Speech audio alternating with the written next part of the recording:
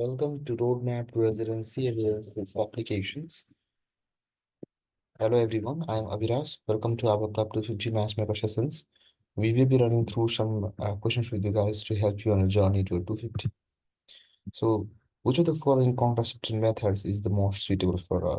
Now, regarding the USMLE step examinations, they generally ask you regarding the contraceptions based on specific durations or specific conditions, like the postpartum contraceptions or the contraception in case of any other medical disorders or contraceptions in case of sexual abuse or so. So you need to be familiar about which types of contraception are safe in some sort of specific disorders. So 25-year-old sexually active woman seeks advice on contraception during a routine gynecological examination. She has no medical contraindications for hormonal contraceptives and desires a method with high efficacy rate. Considering her preferences and medical history, which of the following contraceptive method is most suitable for her? Condoms, oral contraceptives, IUD, Depo-Provera, or natural family planning? So IUD, the intrauterine device, is a highly effective, long-acting, reversible contraceptive method which can be used in this patient. So it is suitable for women who desires a method with a high efficacy rate and do not have contraindications to its use. The IUDs are inserted into the uterus and provide contraception for an extended period, ranging from 3 to 10 years, depending upon the type. It may be it may be a pure copper type, or it may have a hormonal component added to it. So, method of contraception. So, you can remember this by the blockage of sperm transport to ovum, prevention of ovulation, or blockage of implantation in those three categories. Now, blockage of sperm transport to ovum is maybe due to natural methods like rhythmic abstinence or coitus interruptus. By some barrier methods like condoms, the use of spermicidal jellies, and a permanent sterilization method like tubal ligation and vasectomy. The prevention of ovulation is generally done by hormonal contraceptive, or you can say it as OCPs. The blockage of implantation is by IUCDs or emergency contraception or morning after pill. So hormonal contraceptives, they are oral contraceptives which contain synthetic estrogen and progesterone, like steroids, example, ethinyl estradiol and norgestrel. Tablets are taken once daily for 21 days, commencing at fifth day of menstrual cycle, and it is then stopped for 7 days, during which time the bleeding occurs. They act by inhibiting the release of FSH and LH by anterior pituitary and by negative feedback mechanism, preventing the development of graphene follicle, ovulation, and formation of corpus luteum is prevented. Now, it also increases the viscosity of cervical mucus, and it also prevents the sperm penetration, and the endometrial maturation is also altered, preventing the blastocyst implantation. So hormonal contraceptives have a variety of effect in the contraception. So injectable long-acting progesterone preparation, which can be used once in 3 months, are also available. Like subdermal implants of progesterone have also been tried, and there are some dermal patch or vaginal rings which can be used.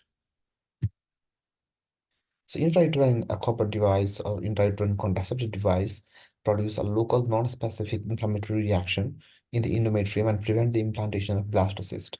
Copper increases the cellular response and may alter the composition of cervical mucus. It is also believed that IUD increases the motility of fallopian tube, so ovum reaches the uterus either before it is fertilized or if fertilized before endometrium is ready for implantation. So there are some other pills like the postcoital or emergency pill. So it is used as an emergency contraceptive measure after unprotected sexual intercourse, and it is mostly effective within 72 hours. It acts by preventing the ovulation or cause premature degeneration of corpus luteum and thus preventing the implantation. Now, there are some other natural family planning methods which can be used. For example, basal body temperature charting, calendar circulation, cervical mucus monitoring, lactational amenorrhea, and symptothermal method. Now, these all methods are actually associated with the ovulation time and duration of a woman. So emergency contraceptive. So when is emergency contraceptive needed?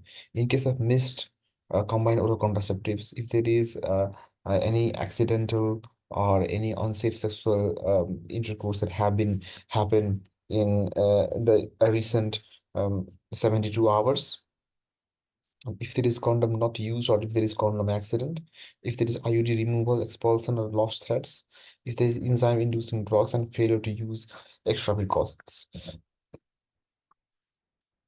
So the methods of emergency contraception include high dose estrogen, ethinyl estradiol with levonorgestrel alone, intrauterine device, mifepristone or GnRS antagonist.